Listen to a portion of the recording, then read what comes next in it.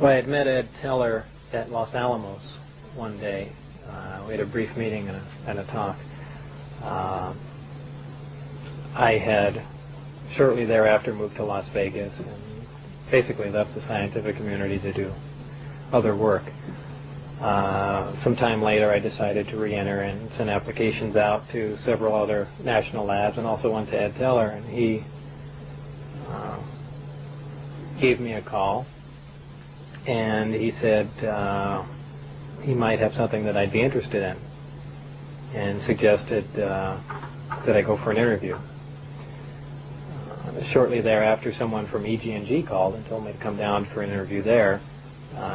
They made it very clear that EG&G had nothing to do with it. They were just using the building as a place to do the interview. After a short time, they said I was basically overqualified for the position, but they may have something else in the future. And I don't remember how much time lapsed after that, but shortly thereafter, they asked me to come down for another interview, and they said this was involving, I don't remember their exact wording, but they led me to believe it was a field propulsion system, and of course I thought it was something that, in secret, that we were working on. Later, only did I find out that it was a back engineering program dealing with alien craft. I flew out of Las Vegas McCarran Airport, and I flew to Groom Lake in a 737 aircraft. We land at Groom Lake, and there's a bus there that drives about 15 miles south, approximately. I'm really not sure exactly how far, down to a smaller dry lake bed known as Papoose Lake. And right up against the side of the mountain is the S4 installation. And what happened to you first when you entered it? How did they receive you? It was very military-like. It was certainly not a scientific atmosphere. Very high security. Everywhere you walked, you had to have an escort, an armed escort, even into the bathroom. All doors lock and open with your badge, and it was a very oppressive atmosphere. And how many times did you spend on this atmosphere before you saw the craft for the first time? I believe I was only there 2 or 3 days, probably 2 days before I saw the craft. Time, how they are stored, what your impression was, and the feelings when you saw it. Well, my feelings, it was very, I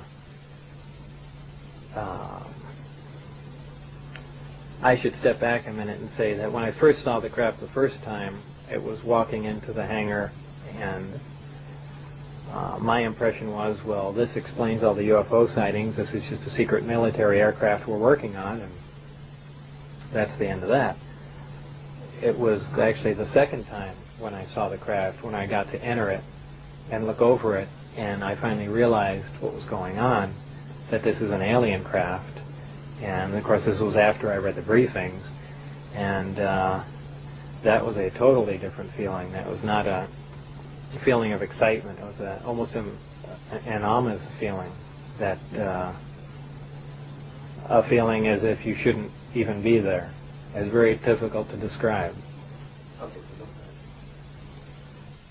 It looked like, if anyone's familiar with Billy Meyer's sightings, very astonishingly similar to that craft. It was a very sleek, thin-looking,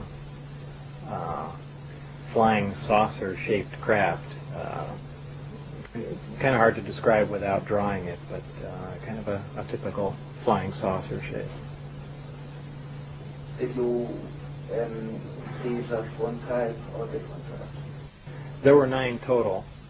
I only got to essentially work, back engineer, or analyze one of the craft, but there was a separate hangar for each of the crafts, and each one was essentially different in its visual appearance.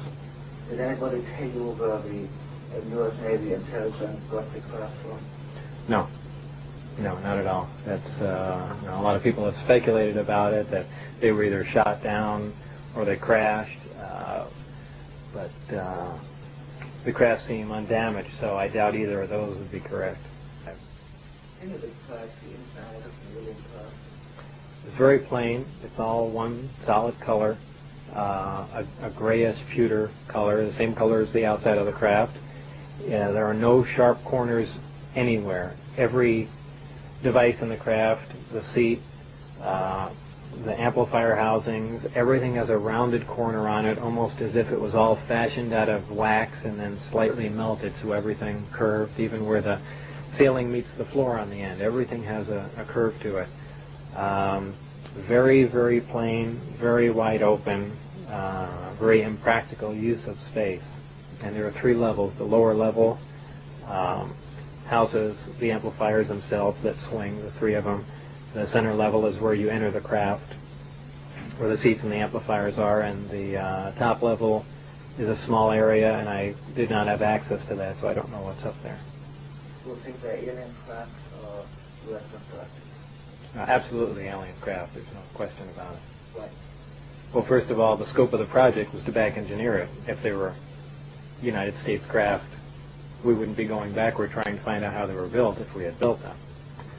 Second of all, the size of the equipment inside, the size of the seats, the materials that were in use, completely alien to us, pardon the pun, and the fuel, element 115, essentially non-existent. All these factors together, and of course the briefing information stating that they were alien craft. Could anybody tell you how the propulsion functions? Well, that was part of my job, was to back engineer that and find out exactly how that operated. And they had made some progress, but I really don't know how long the craft was there being analyzed, if it was 1 year or 10 years before I got there, but it seems like only a modest amount of progress had been made. The propulsion system is really an amazing setup. There's 2 parts, gravity amplifiers and the reactor that provides the power. The reactor itself is a total annihilation reactor fueled by antimatter. Total annihilation is essentially the most efficient nuclear reaction that takes place of the 3, fission, fusion, and annihilation. It uses a super heavy element, element 115, as it would appear on the periodic chart. None has yet been synthesized on Earth. It's my opinion that this occurs naturally in certain star systems. This element is bombarded in an extremely small accelerator. The element under bombardment undergoes spontaneous fission and produces antimatter particles. These are interacted with a gaseous matter target, and by means of a 100% efficient thermoelectric device is converted into electricity. Now, 100% efficient any electric device is essentially impossible. The first law of thermodynamics says that's basically impossible. There has to be waste heat and things of that sort, but there's none detected in this system. It's another amazing form of technology. This tremendous amount of power the system generates operates the amplifiers, and also as a byproduct of the 115 undergoing this bombardment, it produces a very interesting phenomena, a gravity A wave, as it's known to be called. This gravity A wave it travels in almost the same way microwaves travel. This is essentially applied to the gravity amplifiers, and by means of the electric current also provided by the reactor, it's amplified and focused. The amplified signal is shifted slightly out of phase, and by virtue of that they can repel or attract a gravitational body. The craft can take off on 1 gravity amplifier. There are 3 in this particular craft. When it's using just 1 amplifier, essentially pushing away from the Earth, it's known as Omicron configuration.